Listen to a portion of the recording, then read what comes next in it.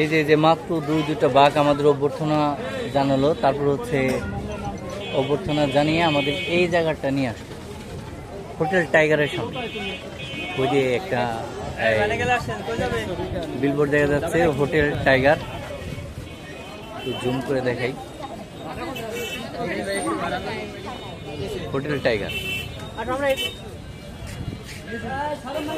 সবাইকে স্বাগত জানাচ্ছি বিডিএসপুর থেকে। আমরা এই মুহূর্তে মংলা থানার ঠিক পাশে আছি। আমরা মংলা থানা যাব, সেখান থেকে ফেরিঘাট থেকে সঙ্গে আমরা এখান থেকে ফেরিঘাটের উদ্দেশ্যে যাচ্ছি পায়ে হেঁটে। বেশ অল্প কিছু দূরত্ব পরেই হচ্ছে ফেরিঘাট। সবাই ভ্যানে যাচ্ছে, কিন্তু আমরা ভ্যানে না, আমরা পায়ে হেঁটে যাচ্ছি। কৃষ্ণচূড়া গাছ আছে এই পাশে। সৌন্দর্যের কোনো এই যে আরো সুন্দর, এই জায়গা আরো সুন্দর। তখন নামবে বেশি কি হাট।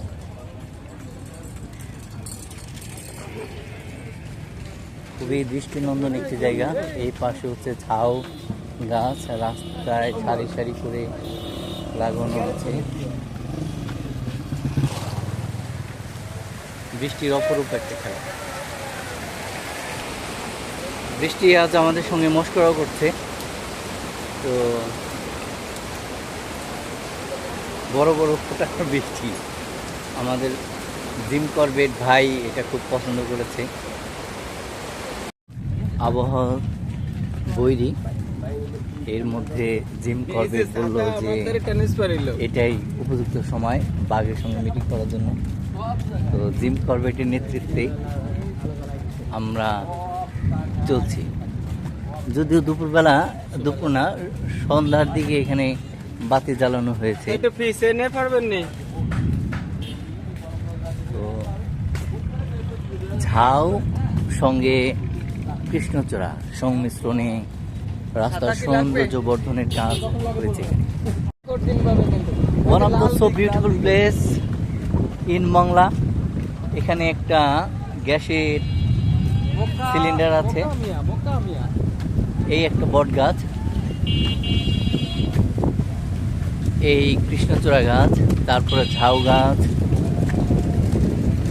দূরে কিছু ছোট ছোট সাবমেরিনের বাচ্চা দেখা যাচ্ছে।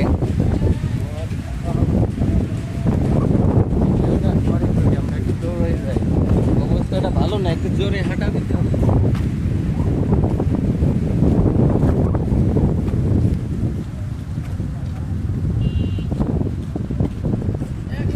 হ্যাঁ হ্যাঁ, গরজে মেঘ ঘন বরষা, কুলে একা বসে আছি নাহি ভরসা। এই যে একটি রিসোর্ট, সুন্দর একটি রিসোর্ট।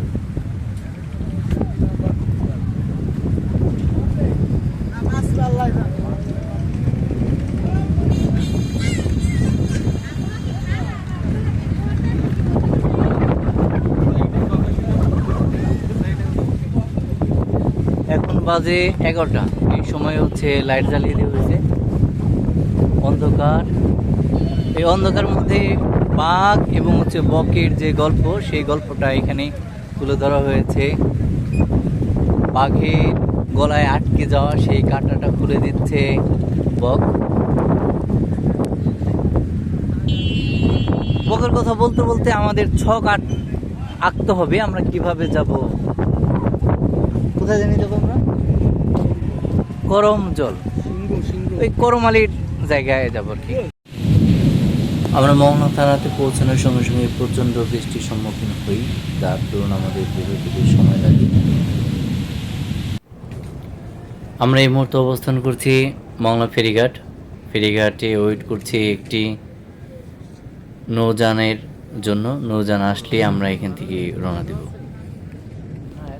রেগুলার পরিবহনের বাইরে আমরা একটু ব্যতিক্রমভাবে আমাদের যেতে হচ্ছে, কারণ হচ্ছে আমরা সময় মতো পৌঁছাতে পারিনি এবং হচ্ছে আমরা মানুষ মাত্র 2 জন। তো ওই পাশ থেকে আমরা একবার চেষ্টা করেছি যাওয়ার জন্য, কিন্তু তারা বলল অনুমতি লাগবে কিংবা ঝড় হচ্ছে, বিভিন্ন রকম কথাবার্তা আমরা শুনিয়েছি।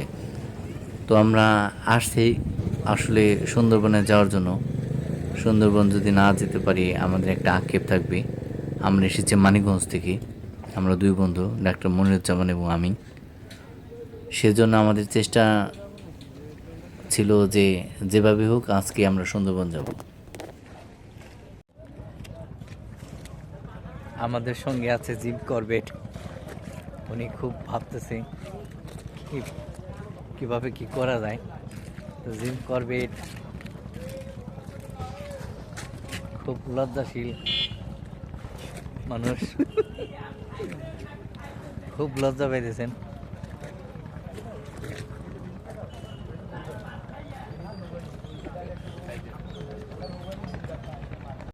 অবশেষে আমাদের কাঙ্ক্ষিত নৌযানটি এসে উপস্থিত হলো।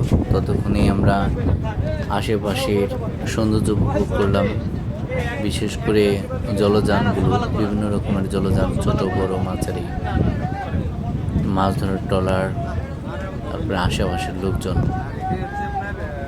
বেস্টেন্স নাথ একটি দিন উপভোগ করলাম। ফেরির পল্টন ঘুরে ঘুরে দেখলাম, ওয়েট করলাম। ওয়েট করার মধ্যে যে একটা সৌন্দর্য আছে সেটা তো যারা ওয়েট করে তারা তো জানেনি। অবশেষে আমাদের নৌকা শুরু করলো চলা। আমরা চলছি করমজলের উদ্দেশ্যে। দেখছি দুই পাশের নৈসর্গিক দৃশ্য। অনেকগুলো নৌযান ভিড়ানো আছে দুই পাশেই। কিছু কিছু নৌযান দেখলাম একেবারে ডাঙায় তোলা। তো ডাঙা তোলার ক্ষেত্রে বিষয়গুলো হয় কি, যখন জোয়ারের সময় নৌকা থাকে তখন তীরে ভেড়ানো থাকে, ভাটা পড়লে এগুলো ডাঙায় উঠে যায়। সম্ভবত এখন ভাটা, এই ভাটার জন্যই আমরা নৌকাগুলো ডাঙায় তোলা দেখতে পাচ্ছি। তো আমরা ছুটে চলেছি করমজলের উদ্দেশ্যে। করমজল আগে কখনো আসিনি। সেখানে কুমিরের একটি খামার আছে, তাছাড়া হরিণের একটি খামার আছে বা হরিণ পালন করা হয় এরকম আছে বলে জেনেছি। তো আমরা দেখবো যে আসলে আছে কিনা, বা হরিণ আছে কিনা, বা পালন করা হয় কিনা, প্রাকৃতিকভাবে থাকে কিনা, পাশাপাশি কুমিরের অস্তিত্ব দেখবো সেখানে গেলে পাওয়া যায় কিনা। শুনেছি সেখানে কুমির আছে। তো চলতে চলতে ফিরতে ফিরতে আমরা আমাদের পিছনের কিছু গল্প বলে নিই।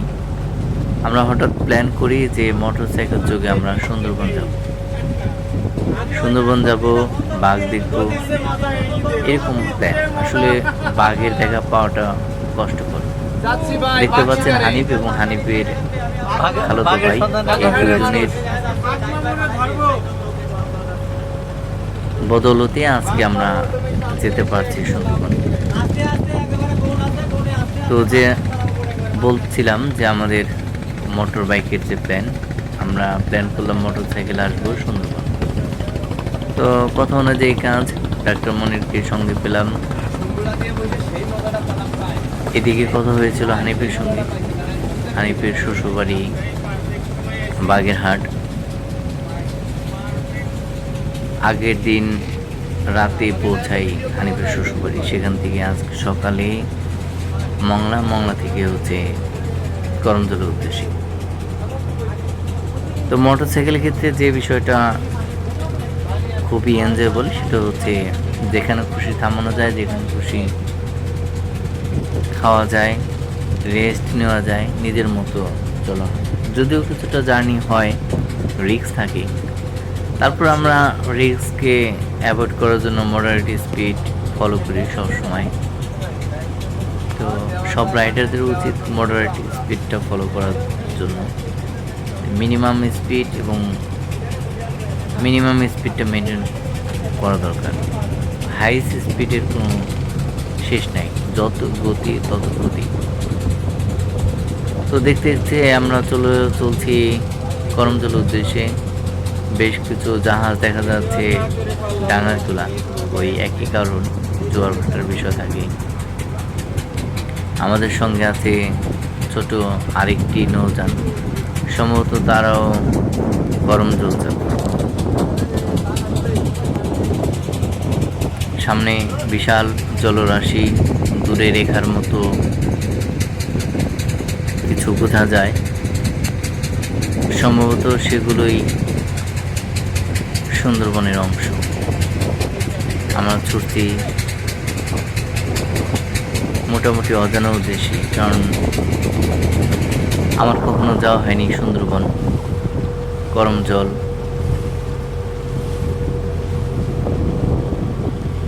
আমরা বলছিলাম যে বাঘ শিকারের একটা বিষয়। আসলে বাঘের যে বিষয়টা, বাঘের সংখ্যা কমে যাচ্ছে, দিন দিন কমে যাচ্ছে, বিভিন্ন কারণে কমে যাচ্ছে।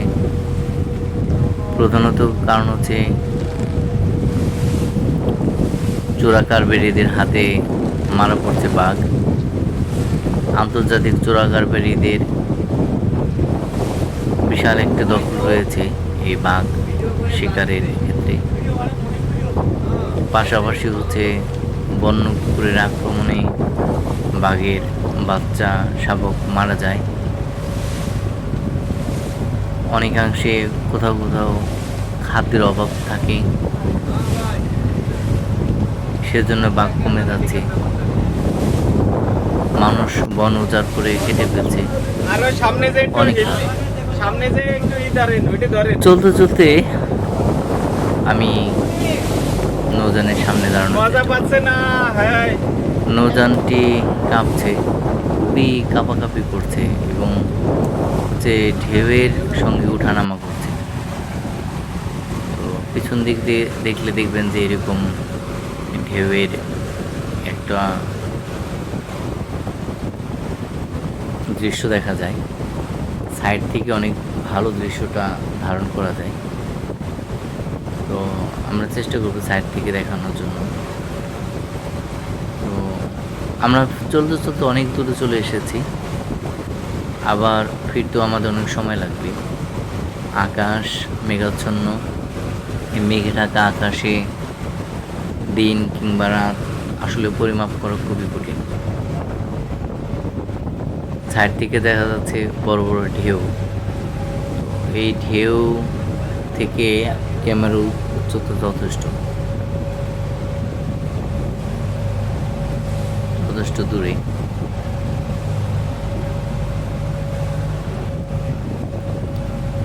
বেসিক্যালি আমাদের অনেকগুলো ভিডিও করা হয়েছে, একটি ভিডিওতে কভার করা সম্ভব নয়। আমরা আরেকটি এপিসোডে